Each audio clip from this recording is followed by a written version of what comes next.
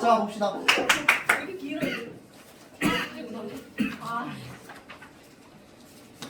자 이거는 맨 뒤쪽으로 넘어가서 요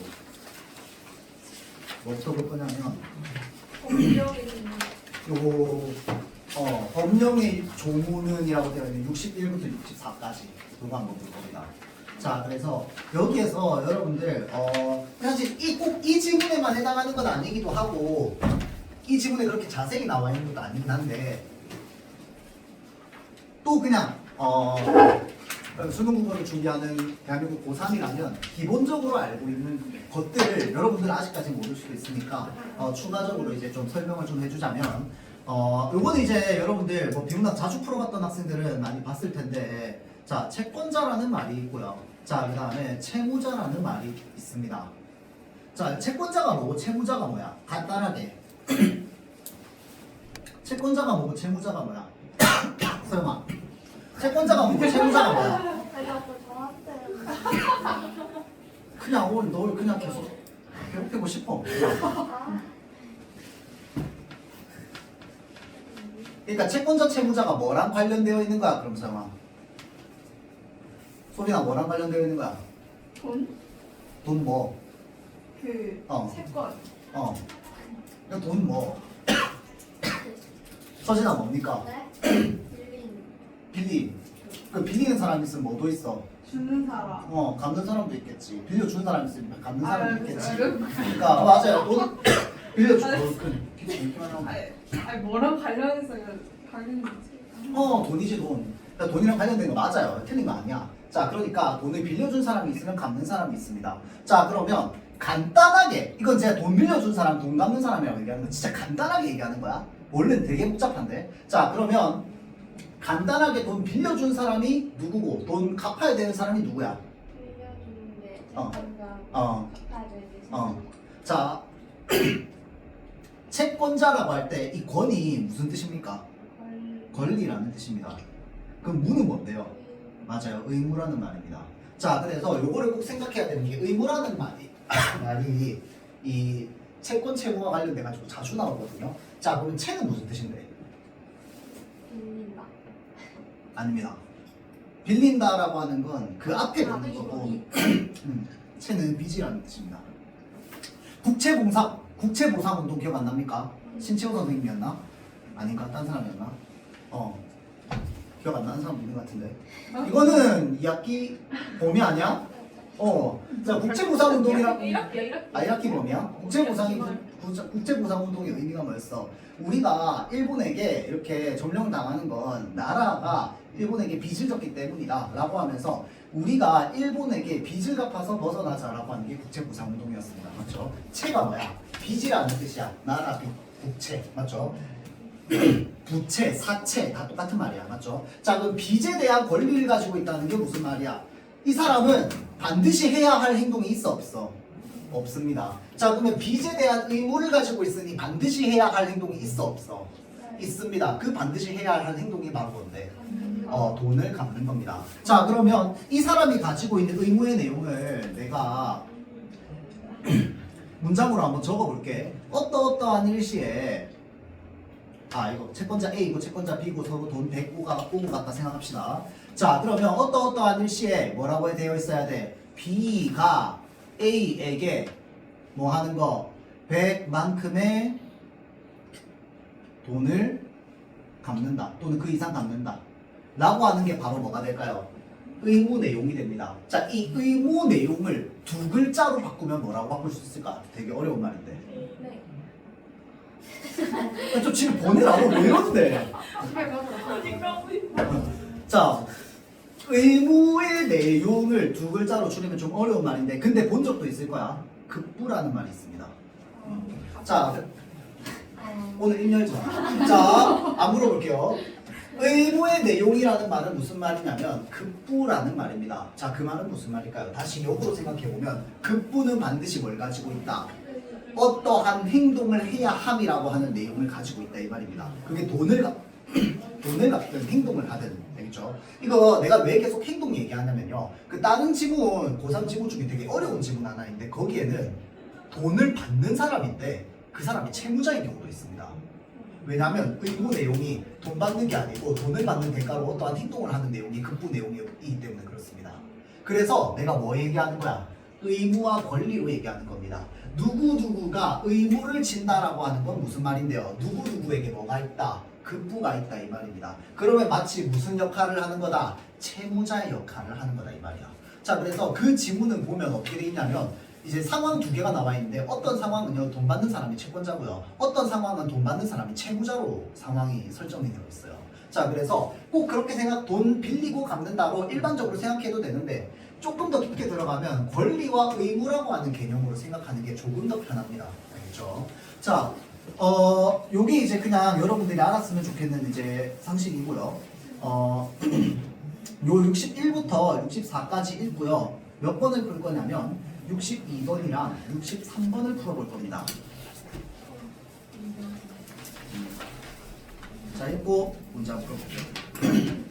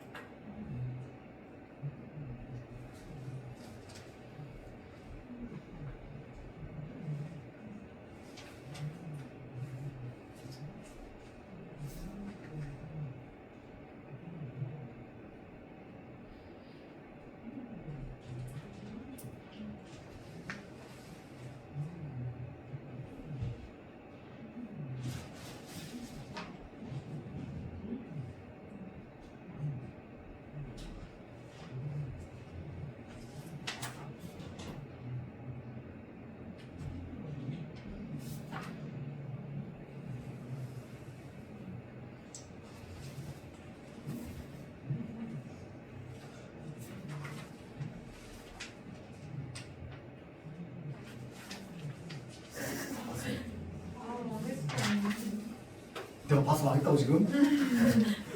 아까 나왔는데?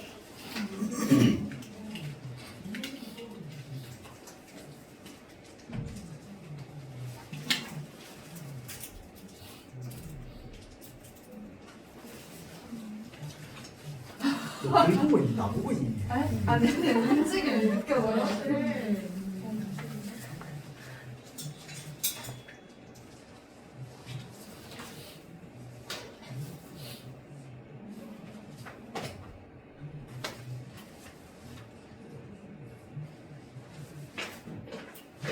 힘쓰나? 무력 힘써.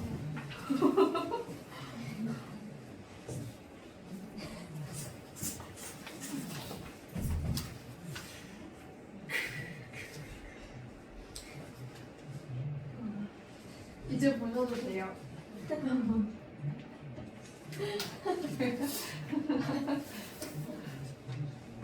뭐야? 아니, 뭘 고른지 아니, 모르게끔 하는 아니 거야. 그게 아니라 이거다가 아니거든요. 지금 이거다가 만나다가 지금 이거 잘라서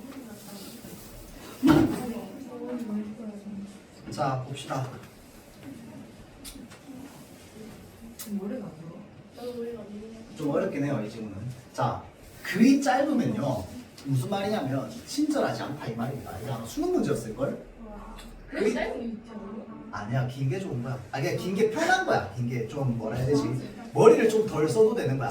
짧은 건 짧게 읽어서 좋긴 한데 머리는 좀 써야 돼. 맞죠? 자 그래서 요거는 함축되어 그러니까 문장과 문장 사이에 함축되어 있는 의미가 되게 많습니다 여러분들. 자 그래서 단어 하나하나 놓치면 안 되는데 볼게요. 법령의 조문은 대개 A에 해당하면 B를 해야 한다처럼 요건과 효과로 구성된 조건문으로 규정된답니다. 우리는 이미 이거 좀 안다 그치? 구성 요건이라고 하는 거 뭔지 알잖아. 몰라? 자 구성 요건이라는 거 여러분들 그 저기 뭐냐 이번에 비문학 프린트에 있지 않았어? 무슨 기말고사 학교에서 나눠줬던 기말 프린트에 이거 법과 관련된 거 있지 않았어? 형사법 민사법에 그 구성 요건 얘기 나오지 않았어? 안 나왔나? 단어가 구성 요건이라는 단어? 그래서 내가 구성 요건이 뭔지도 설명해줬잖아. 구성 요건이 뭐였어요? 불법 행위가 되기 위해서 뭐야? 그 요건에 해당하는 행위를 해야 된다고. 맞죠? 자, 다시 볼게요. A에 해당하면 B를 해야 한다처럼 요건과 효과로 구성된 조건문으로 규정된답니다. 뭐라고? 여기에 법령의 조문이라고 되어 있으니까 뭐야? 어떤 법이 적혀있는 그 문장이겠지. 맞죠? 자, 그 문장은요. 요건과 효과로 구성된 조건문이라는데 조건문이 지금 예시가 이거잖아. 자, 그럼 A에 해당하면이 바로 뭐야? 요건이야. B를 해야 한다가 무슨 말이야? 효과입니다. 맞죠? 자, 그래서 하지만 그 요건이나 효과가 항상 일위적인 것은 아니래요. 자, 잘 보세요. 어떤 법이 있어. 그게 문장으로 쓰여 있어. 그러면 그 문장 그대로 읽고 우리가 그거대로 따라야 하는 건 뭐야? 이 준법 정신이 투철한 이 대한민국 국민이라면 누구나 해야 되는 거잖아. 맞지? 그런데 여기서 여러분들이 상식에 조금 벗어나는 뭐라고 되어 있어? 일의적인 것은 아니다가 무슨 말인데? 무슨 말인데? 그 일단은 단어를 모르면 해석이 안 돼요. 하나의 의미. 그게 무슨 말이야? 똑같은 문장인데 하나의 의미로 해석되지 않는다 이 말입니다. 맞죠? 자, 그러니까 똑같은 문장인데 어떨 때는 이렇게 해석되고 어떨 때는 저렇게 해석되는 걸 뭐라고 하는 거야? 항상 일의적인 것은 아니다 라고 얘기하는 거야. 그래서 누가 돈 많이 버는 거야? 변호사가 돈 많이 버는 거지. 왜? 똑같은 문장을 어떻게 해석하느냐에 따라서 달라지기 때문에. 맞죠? 자, 볼게요. 법조문에는 구체적 상황을 고려해야 그 상황에 맞는 진정한 의미가 파악되는 불확정 개념이 사용될 수 있기 때문이다 라고 되어 있어요. 불확정 개념이 무슨 말인지 알아 몰라? 몰라. 나도 몰라. 근데 잘 보세요. 불확정 개념이 무슨 뜻인지는 모르는데 불확정이라는 말이 무슨 뜻인지 모르는 사람 있어? 없어. 확실하게 정해지지 않았다는 거잖아. 맞죠? 잘 봐봐. 뭐가 확실하게 정해지지 않았는지를 여러분들이 읽으면서 뭐 해야 돼? 궁금해하면서 내려가야 돼요. 무슨 말인지 알겠죠? 불확정 개념이 무엇인지 여러분들이 이미 모른단 말이야. 근데 이때까지 설명 한 번도 안 나왔어. 맞죠? 자, 그럼 뭐가 안 정해졌는지가 궁금해져야 돼. 그래서 밑에 문장을 보자면 개인 간 법률 관계를 규율하는 민법에서 불확정 개념이 사용된 예시로 손해배상 예정액이 부당히 과다한 경우에는 법원은 적당히 감액할 수 있다라는 조문을 들 수 있대요. 이게 예시라며. 맞죠? 자, 이게 예시라면 뭐 생각해 볼래? 여기에서 뭐가 불확정 개념인데? 이 문장에서 뭐가 불확정 개념이야? 이거 지금 불확정 개념 얘기하려고 가져온 예시잖아. 그런데 예시를 여러분들이 받아들여줘야 될 거 아니야. 불확정 개념이 뭔데? 이 문장에서 생각해봐봐. 이 문장에서 정해지지 않은 건 뭘까요? 안 들려요? 적당히 감액하는. 그렇지. 적당히 깎아주는 게 얼마나 깎아주는 건데? 부당히 과다한 건 얼마나 과다한 건데? 나와 있어, 안 나와 있어? 안 나와 있습니다. 이게 바로 뭔데? 불확정 개념인 거야. 이해되죠? 자, 이러한 불확정 개념이 있으면 어떻게 해야 돼? 이때 법원은 요건과 효과를 뭐라고 되어 있어? 재량. 그 말은 무슨 말이야? 지들 마음대로 이 말이잖아. 맞죠?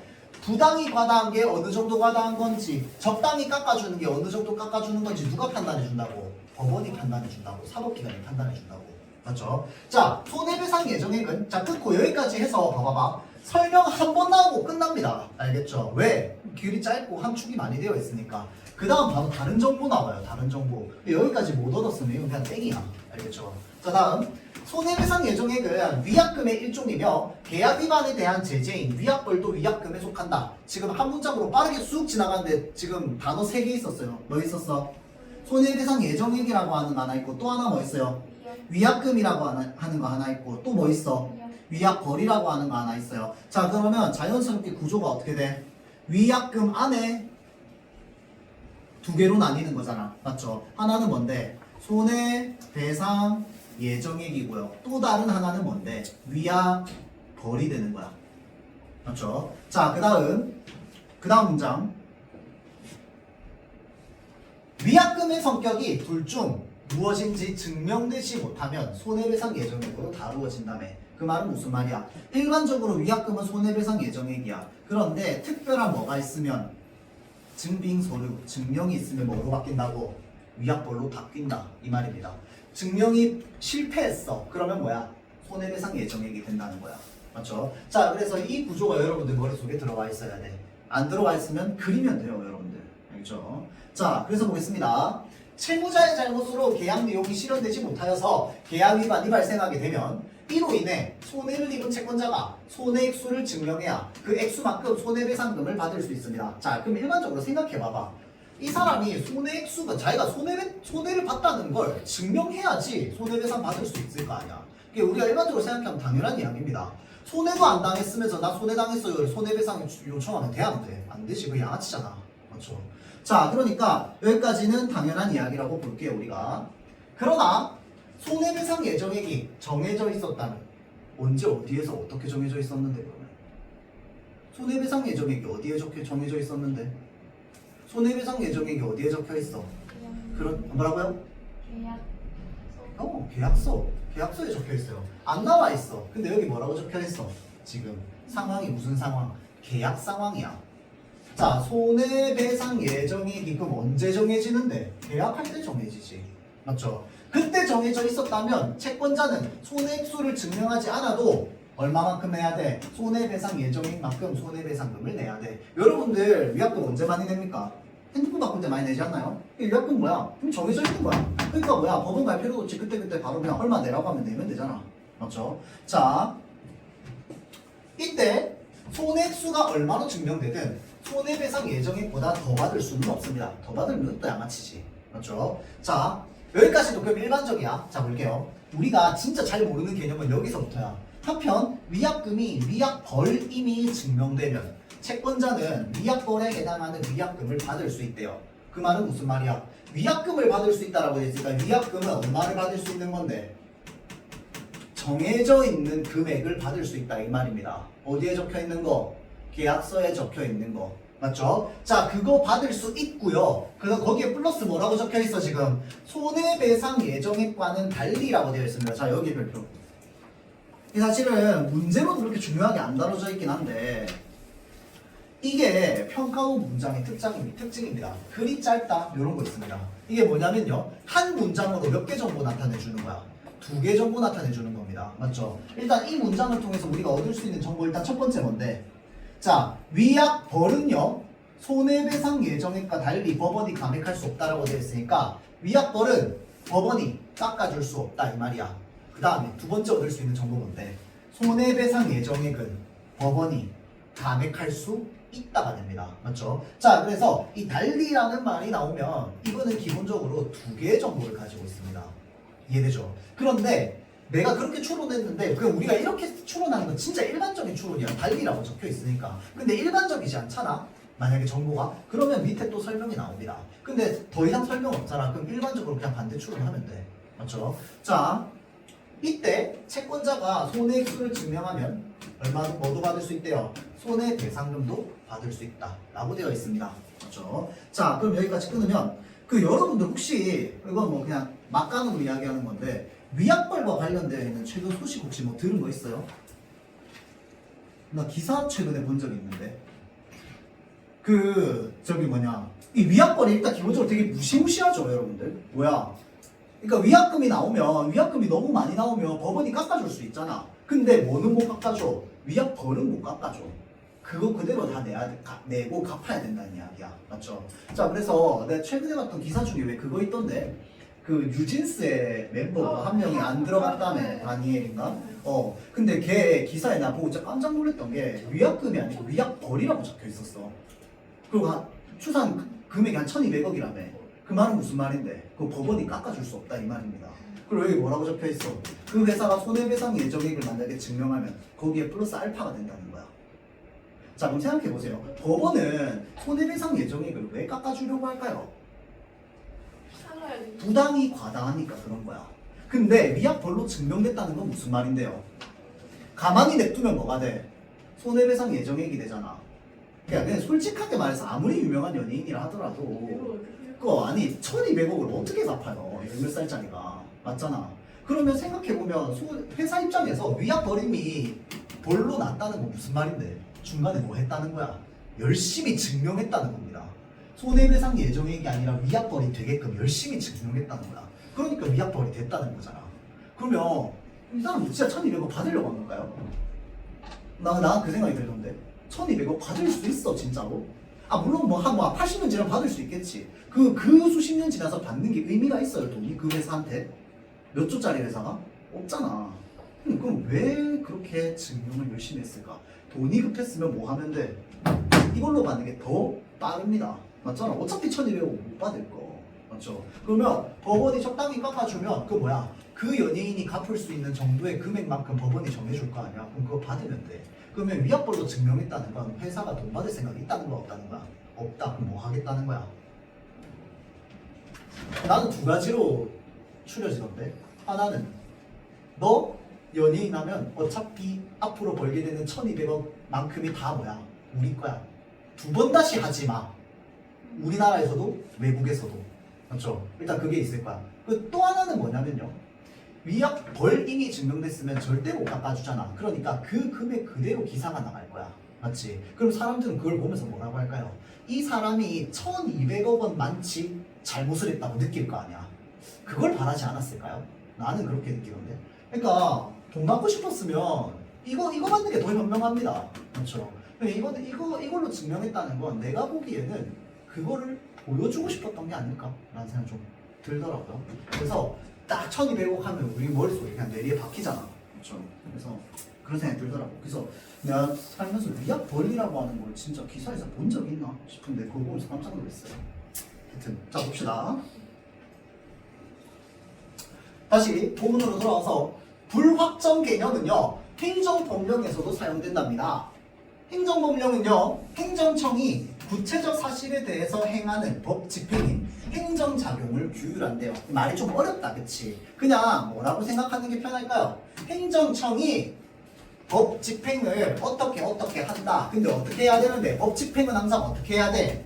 요건이 충족되면 그 효과로서 해야 된다. 이거는 일본단에 나와 있는 내용이었잖아. 맞죠? 이거는 행정청이든 뭐 사법기관이든 다 마찬가지야. 법을 집행하기 위해서 요건이 충족되면 효과로서 하는 거야. 1문단에 나와 있으니까. 자, 그러면 행정청이 그렇게 해야 된대요. 자, 잘 보세요. 법령상 요건이 충족돼. 그 효과로서 행정청이 여기에 뭐라고 적혀있어? 반드시 해야 하는 특정 내용의 행정작용은 뭐라고? 기속행위라고. 자, 그럼 이제 앞으로 기속행위는 뭐랑 똑같은 말? 반드시 해야 하는 행위랑 똑같은 말 정도로 넣어놓을 거야. 자, 다음 반면 법령상 요건이 충족되더라도 그 효과의 행정작용의 구체적 내용을 고를 수 있는 재량이 행정청으로 주어졌을 때 이러한 재량을 행사하는 행정작용은 뭐라고? 재량행위다라고 되어 있습니다. 그러니까 재량행위 얘기하고 싶어서 한 거겠지. 왜? 앞에서 계속 재량 얘기했잖아. 그럼 기속 얘기 왜 하는데? 재량은 뭐가 아니다? 반드시가 아니다 를 강조하기 위해서 이 말을 넣은 거겠지. 이해돼요? 자, 연결해서 그 다음 문장 한번 볼게요. 그 다음 문단. 행정청은 재량으로 재량 행사 기준을 명확히 정할 수 있는데 이 기준을 뭐라고 한다고? 재량 준칙이라고 한다고. 주는 기준이겠다, 그쵸? 기준이 되는 규칙일 거야. 재량 준칙은요, 법령이 아니므로 재량 준칙대로 행사하지 않아도 근거 법령 위반은 아니랍니다. 자, 재량 준칙대로 행사하지 않아도 근거 법령 위반은 아니래요. 해도 되고 안 해도 되고 100만 원 줘도 되고 50만 원 줘도 되고 다 뭐야? 재량이야. 하지만 특정 요건 하에 재량 준칙대로 특정한 내용의 적법한 행정작용이 반복되어 행정 관행이 생긴 후라고 되어 있습니다. 관행은 여러분들 뭔지 알죠? 관행이 뭐야? 그냥 늘 하던 대로 이 말이잖아. 맞죠? 자, 관행이 생긴 후에는 뭐라고 적혀 있어? 같은 요건이 충족되면 행정청은 동일한 내용의 행정작용을 해야 된다. 왜? 그게 평등 원칙이기 때문에. 자, 잘 보세요. 관행이 생긴 후라는 말을 보면서 여러분들 무슨 생각해야 될까요? 무슨 생각도 같이 해야 될까? 관행이 생긴 후라고 되어 있으면 뭐도 생각해? 그렇지, 전도 생각해. 그래, 나와 있어, 안 나와 있어? 안 나와 있어. 그 말은 뭐야? 일반적으로 추론하면 된다 이 말이야. 그럼 걔랑 관행이 생기기 전에는 어떻게 할 거야?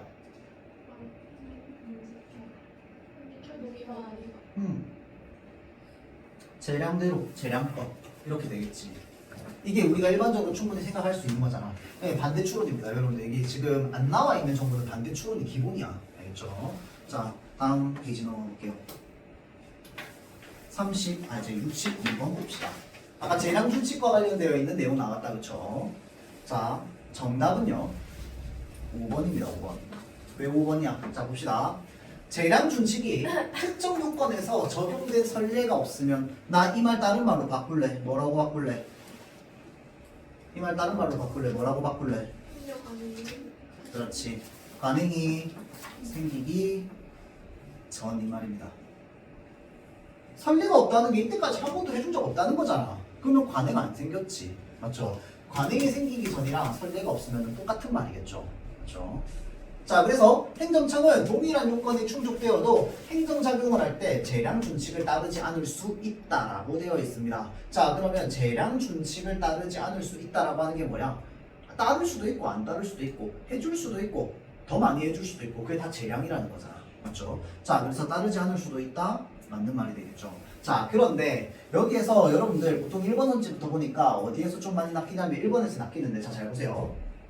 재량 준칙은 법령이 아니기 때문에 일의적이지 않은 개념으로 규정된다라고 되어 있습니다. 자, 요것도 평가원에서 많이 하는 수법 중에 하나인데 뭐냐면 지문에 실제로 나오는 개념이나 단어를 적극적으로 활용하는 거야. 이거 문학에서 진짜 많이 나옵니다. 문학에서 대체로 어떤 식으로 나오냐면 그 어떤 화자가 행동을 어떤 순서대로 하잖아. 글쓴이가 어떤 순서대로 행동을 할 때 분명히 1번 행동하고 2번 행동하고 3번 행동하는 걸 순서로 글로 적어놨는데 지문에는 뭐라고 적혀있냐면 3번 행동을 하면서 1번, 2번을 생각하고 있다. 이런 식으로 적어놔요. 그러면 여러분들이 꼼꼼하게 안 읽으면 어떻게 되냐면 1번 내용 나왔는데 2번 내용 나왔는데 3번 내용 나왔는데 맞는 선지네. 이렇게 되는 거거든. 자, 그래서 관계를 잘 생각해야 돼요. 자, 잘 보세요. 일의적이지 않다는 말 본문에 나왔어 안 나왔어? 나왔어요. 맞지? 자, 일의적이지 않다는 말 나왔고요. 재량 준칙이 법령이 아니라는 말 나왔어 안 나왔어? 나왔습니다. 맞죠? 자, 그런데 지금 뭐 때문에 틀린 거야? 얘 때문에 틀린 거야. 맞죠? 자, 때문에라는 말이 나오면 앞에 있는 말이 전제가 돼, 뒤에 있는 말이 전제가 돼. 앞에 있는 말이 전제가 되어 있는 거야. 뭐 때문에 이렇게 되는 거 아니야? 그럼 원인이 전제잖아. 맞죠? 자, 그러면 재량 준칙이 법령이 아니기 때문에 일의적이지 않은 걸로 해석되는 거야? 아니지. 어떻게 돼야 돼? 이 문장을 구성하려면 법령의 문장은 항상 일의적으로 해석되지 않기 때문에 뭐가 생기는 거야? 재량 준칙이 생기는 거야. 순서가 바뀌었지. 이거 이해돼요? 얘가 전제가 되면 안 됩니다. 맞죠? 이 내용도 글에 나와 있고 이 내용도 글에 나와 있는데 문장을 이렇게 구성하면은 얘가 얘 전제가 될 수 없기 때문에 지금 1번 선지는 답이 될 수 없습니다. 2번, 3번 비슷한 구조로 되어 있어요. 다 전제가 틀렸어. 알겠죠? 자, 그래서 정답이 5번이 되는 거고요. 자, 다음 63번 봅시다. 자, 이것도요. 딱 한 지문 3번 보면 그 이상 안 봐도 돼. 그렇죠? 자, 근데 헷갈려 뭐 하면 돼? 아까 내가 그렸던 그림 그대로 그리면 돼. 맞죠? 위약금 있었고요. 손해배상 예정액 있었고 위약벌 있었어요. 그리고 손해배상 예정액이랑 위약벌의 차이 뭐였어요? 손해배상 예정액은 법원이 깎아줄 수 있고요. 위약벌은 깎아줄 수도 없고 추가로 손해배상을 더 요구할 수도 있다. 가 내용이었어. 자, 그러면 그 구조를 바탕으로 자 봅시다. 자, 갑은 을에게 물건을 팔고 그 대가로 100을 받기로 하는 매매 계약을 했답니다. 그 후 갑이 계약을 위반하여 을은 80의 손해를 입었대요. 이와 관련하여 세 가지 상황이 있다고 칩시다. 자, 갑과 을 사이에 위약금 약정이 없었다. 자, 위약금 약정이 없었다라는 문장 보면서 여러분들 무슨 생각해야 될까요? 자, 을이 돈을 받기 위해서 뭐가 필요하다? 손해 뭐? 그렇지. 손해를 증명이 필요하다 이 말이랑 똑같은 말이죠. 자, 다음 나와봅시다. 갑이 을에게 위약금 100을 약정했고 계약서에 썼네 100이라고. 위약금의 성격이 무엇인지 증명되지 못했답니다. 자, 그럼 얘는 위약벌이야 손해배상 예정액이야? 손해배상 예정액이 됩니다. 사용아 쓰고 있어? 자, 손해배상 예정액이 됩니다.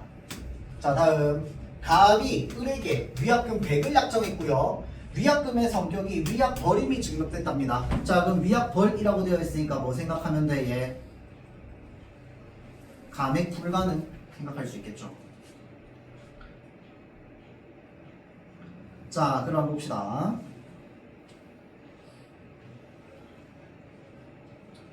가에서 을의 손해가 얼마인지 증명되지 못한 경우라고 되어 있네. 돈 받을 수 있어 없어? 없습니다. 이 증명도 못 해놓고 돈 달라고 하면 그냥 양아치라고 했어. 맞지? 안 돼.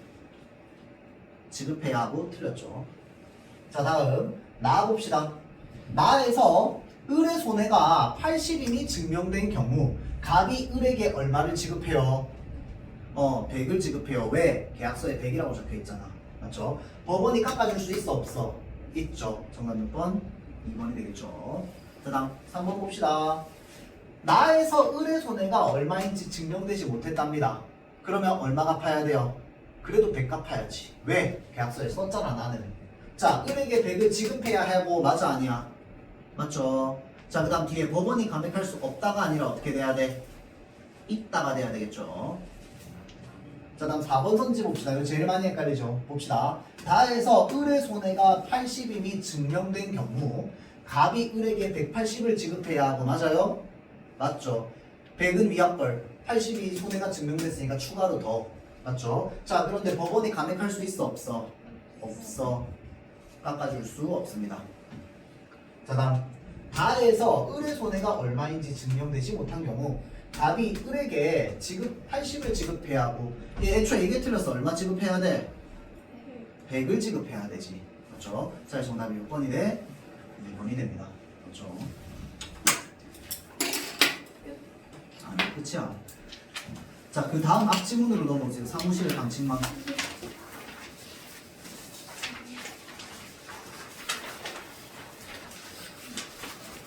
네, 주세요. 저 새로 오신 분이 막 그리고 이런 거 다 동그라미 쳐야지 도움이 된다는 쳐야 돼요.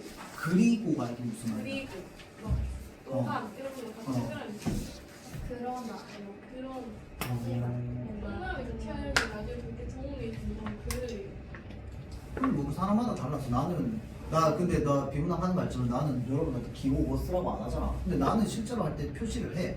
나는 뭐 표시를 하냐면 그러면 간단하게 이야기를 좀 하자면 나는 대체로 어떤 식으로 하냐면 지문이 있어.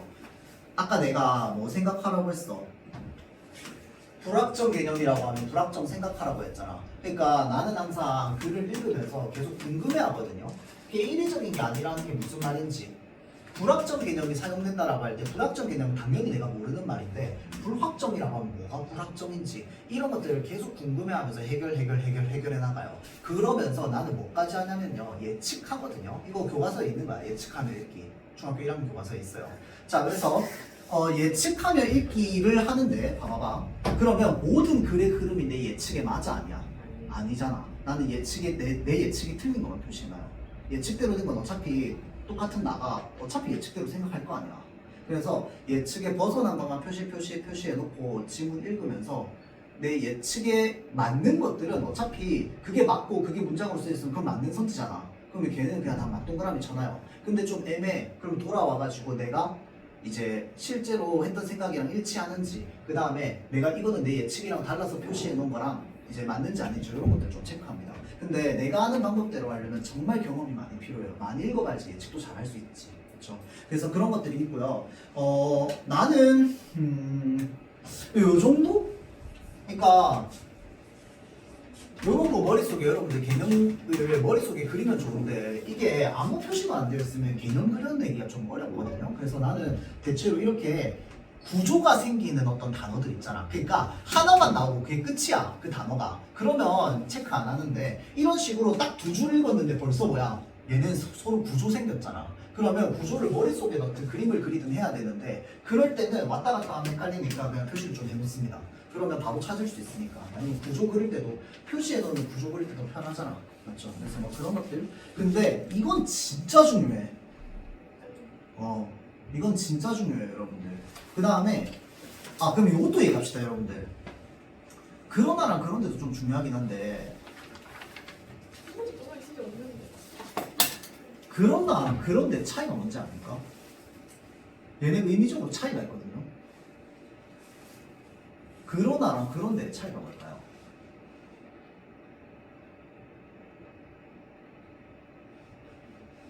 똑같은 뜻이야?